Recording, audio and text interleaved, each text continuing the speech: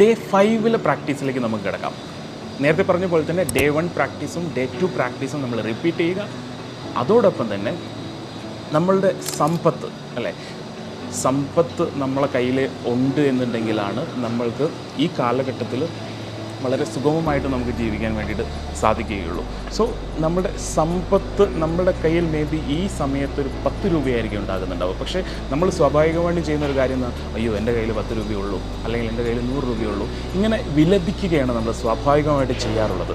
എന്നാൽ ഇന്നു മുതൽ നമ്മൾ ചെയ്യേണ്ടത്, നമ്മളുടെ കയ്യിൽ ഉള്ള പണം എത്രയാണോ, നമ്മളുടെ കയ്യിൽ ഉള്ള അത് മേ ബി 10 രൂപയായിരിക്കാം, 5 രൂപയായിരിക്കാം, 100 രൂപയായിരിക്കാം, 1000 രൂപയായിരിക്കാം, അതിന് നമ്മൾ നന്ദി പറയാൻ വേണ്ടിയിട്ട് തയ്യാറാവുക. മനസ്സിൽ ആ സമ്പത്ത് ഉള്ളതിന് നന്ദി പറയാൻ വേണ്ടിയിട്ട് തയ്യാറാവുക. എഗെയിൻ നമ്മൾക്ക് ഈ കാലഘട്ടത്തിൻ്റെ ഉള്ളിൽ എത്രമാത്രം സാമ്പത്തികമായിട്ട് പല കാര്യങ്ങളും നമുക്ക് ചെയ്യാൻ വേണ്ടിയിട്ട് സാധിച്ചു, അത്